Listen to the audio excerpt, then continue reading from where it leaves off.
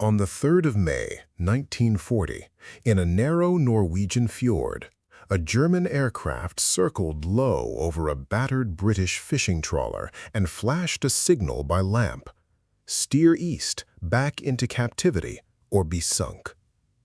The trawler had no fighter cover, no destroyer escort, and had already survived 5 days and 31 separate bombing attacks that had sunk 3 of her sister ships. Her commander, a 37-year-old former Merchant Navy officer named Richard Stannard, gave his gunners one order: hold your fire. He watched the bomber circle, watched it line up, watched its altimeter needle spin down through the dive: 1,500 feet, 1,200, 1,000, 800, and only then did he give the word. This is the story of HMT Arab, a converted hull fishing boat that endured more sustained air attack than almost any other single vessel in the early months of the Second World War, and came out the other side with only 1 man wounded. She wasn't a warship in any real sense. She had no armor, no radar, no fighter direction, nothing that modern naval doctrine would consider adequate protection against a determined air force. And for 5 days, she was one of the most heavily targeted vessels in Norwegian waters. In April 1940, Germany invaded Norway, moving quickly to seize its ports and airfields before Britain or France could establish a meaningful foothold. Britain and France responded by landing troops at several points along the Norwegian coast to support Norwegian resistance and slow the German advance. Namsos, a small fishing town roughly 100 miles north of Trondheim, became one of these landing points, chosen partly because of its usable port facilities and partly because it offered a route toward Trondheim itself, which Allied planners hoped to recapture. The campaign was compromised almost from the start. Allied forces at Namsos had no fighter cover of their own. The nearest usable airfields were either in German hands or too far away to provide meaningful protection. The Luftwaffe, by contrast, was operating from captured Norwegian airfields within easy range and quickly established near total control of the skies over the fjord. Troops, supplies, and the town of Namsos itself came under sustained bombing almost immediately after the landings on the 14th of April. Within 2 weeks, it was clear to the Admiralty and the War Office that the position could not be held, and the difficult decision was made to evacuate.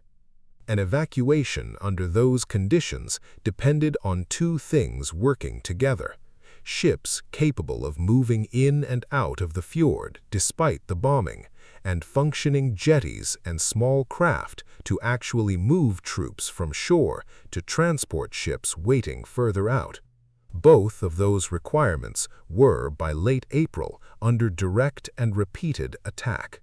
Into this situation went the 15th Anti-Submarine Striking Force, a small flotilla of requisitioned fishing trawlers converted for anti-submarine patrol duty, sent into Namsfjord specifically to support the coming withdrawal.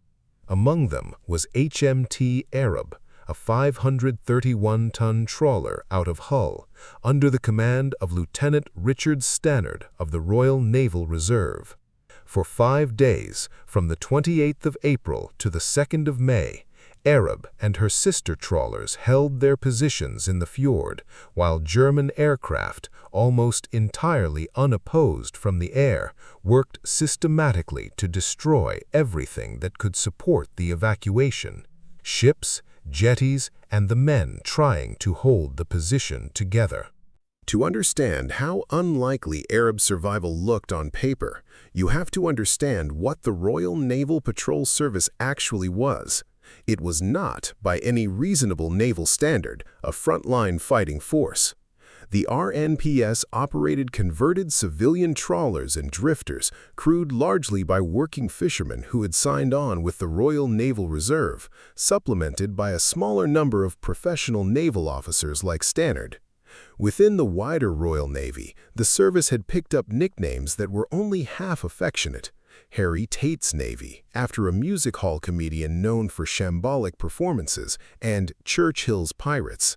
These names reflected exactly how seriously the rest of the fleet regarded these ships and their crews, useful for minesweeping, anti-submarine patrol, and general auxiliary work, but not remotely equipped for sustained combat against a modern, determined enemy air force.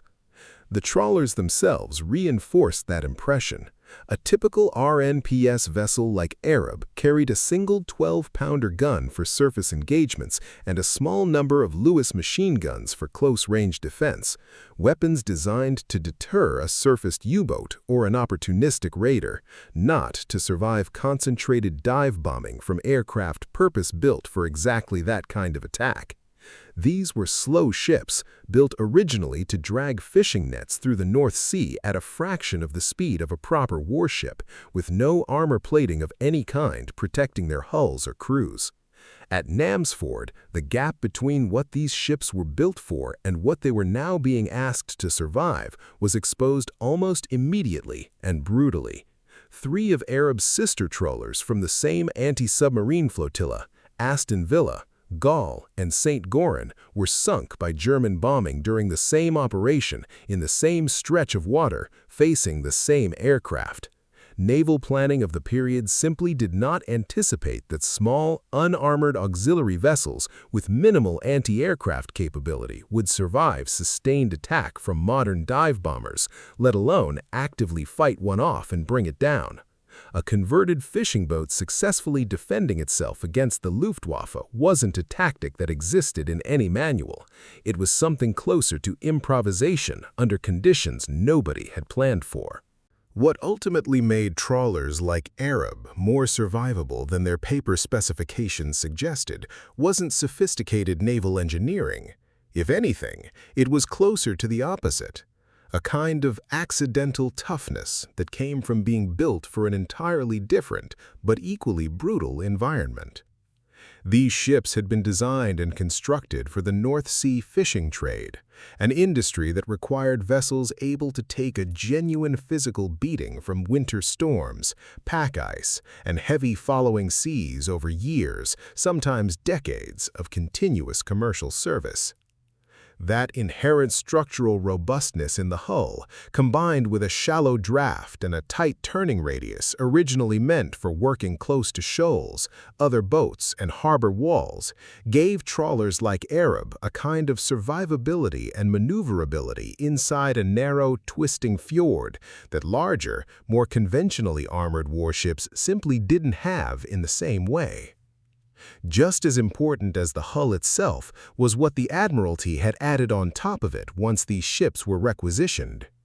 Arab had been fitted like other RNPS vessels of her type, with a 12-pounder gun capable of engaging surface targets and a pair of Lewis machine guns for close-range anti-aircraft work. These were modest weapons by any standard, nowhere near enough to guarantee safety against a serious air attack.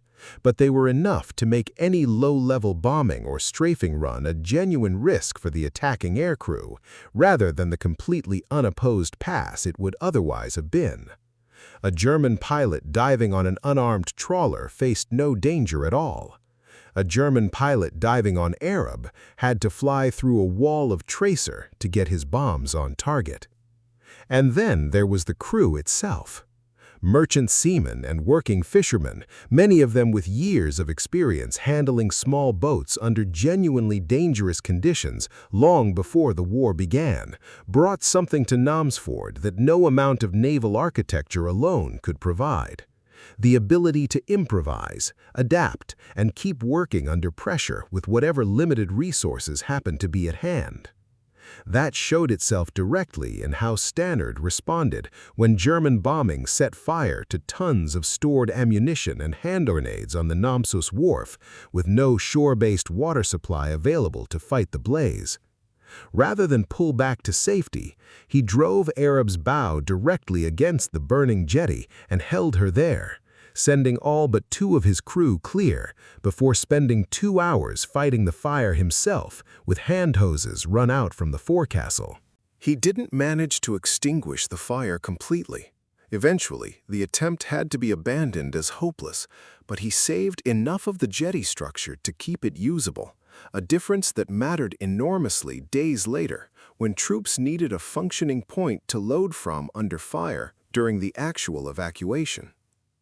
After that, Stannard moved Arab to help other vessels caught under the same relentless bombing, before eventually withdrawing his own damaged ship into the shelter of a cliff face along the fjord.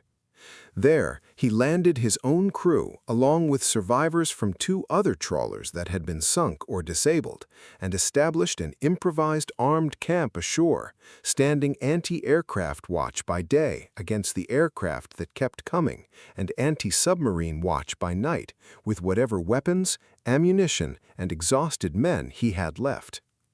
By the way, this is exactly the kind of story this channel exists to dig into. Not the famous battleships everyone already knows by name, but the smaller, officially unimportant ships that ended up doing something extraordinary under conditions nobody had planned for, backed every time by the real numbers and the real combat reports. If that's the kind of history you're into, consider subscribing. There's a lot more of it coming. When a nearby trawler was struck and set ablaze by a direct bomb hit, Stannard and 2 of his crew went back aboard Arab under fire and moved her 100 yards clear before the burning vessel exploded, likely saving Arab from serious damage or worse. Then, on the 3rd of May, as Arab finally prepared to leave the fjord carrying survivors from the sunk trawler St. Goran, a German aircraft caught her in open water and signaled by lamp, "Turn back east into captivity or be sunk." Convinced the small, battered trawler posed no real threat, the pilot circled to confirm his order was being followed. Stannard held his course, held his fire, and told his gunners plainly to wait for his word. He watched the aircraft come around and begin its diving attack, letting it close to within roughly 800 yards before finally giving the order to open fire. Arab's gunners hit the aircraft as it dived toward them, and it went down trailing smoke, the hunter, in the space of a few seconds, becoming the target. Across 5 days at Namsfjord, HMT Arab was subjected to 31 separate bombing attacks in total, 24 low-level dive bombing runs, and 7 higher-altitude bombing passes from 8 to 10,000 feet. 3 sister trawlers from the same small flotilla, facing the same conditions and the same enemy, were sunk during the same operation. And yet, despite that sustained intensity of attack over 5 uninterrupted days, only a single man aboard Arab was wounded across the entire ordeal, a direct result of how carefully Stannard had planned his defensive positions, both afloat and in the improvised camp ashore. For his actions at Namsos, Stannard was awarded the Victoria Cross on the 16th of August, 1940. The second Naval Victoria Cross awarded during the Second World War, and the very first ever given to a member of the Royal Naval Reserve rather than the regular Navy.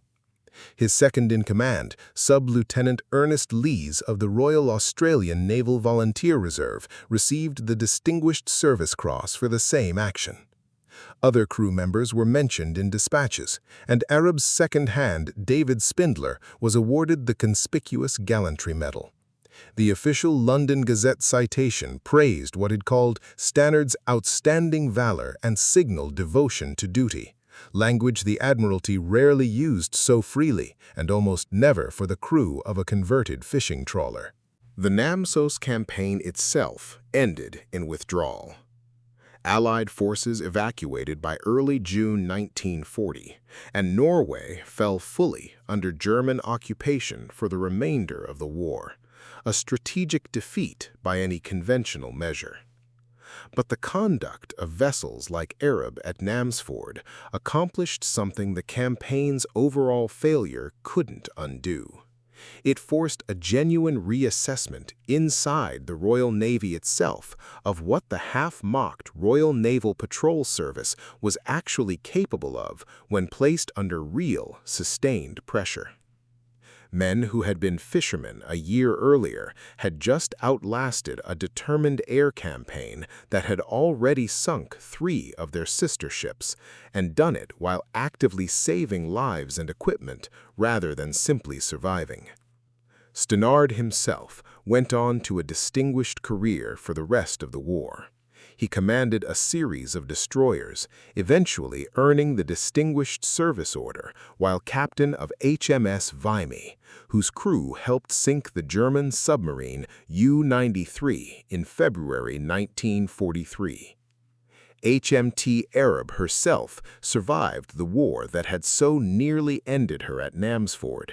She went on to serve at the Dunkirk evacuation just weeks later, in late May and early June of 1940, was eventually returned to her original owners, the Prince Fishing Company, once the Admiralty released her in 1945, and continued working as a commercial fishing trawler for almost 2 more decades, before finally being scrapped at Ghent in 1963. Outliving the war she'd fought so hard through by more than 20 years. A converted fishing boat, built to haul nets through North Sea storms rather than to fight off dive bombers, absorbed more sustained aerial attack over 5 days than almost any comparably sized vessel in the early war, and did it armed with a single 12-pounder gun, 2 Lewis machine guns, and a crew made up largely of fishermen and reservists that the regular Navy had never taken entirely seriously. Not because the ship or her weapons were secretly formidable by any technical measure, but because the structural toughness built into her hull for an entirely different purpose and the improvised practical competence of the men aboard her turned out to matter far more under real fire than her official classification as an unarmed auxiliary vessel ever suggested it would. The paper specifications in April 1940 said Arab was a lightly armed fishing trawler, entirely unsuited to what she was about to face in Namsfjord. 5 days, 31 bombing attacks, and 1 downed German aircraft later, the fjord told a different story entirely.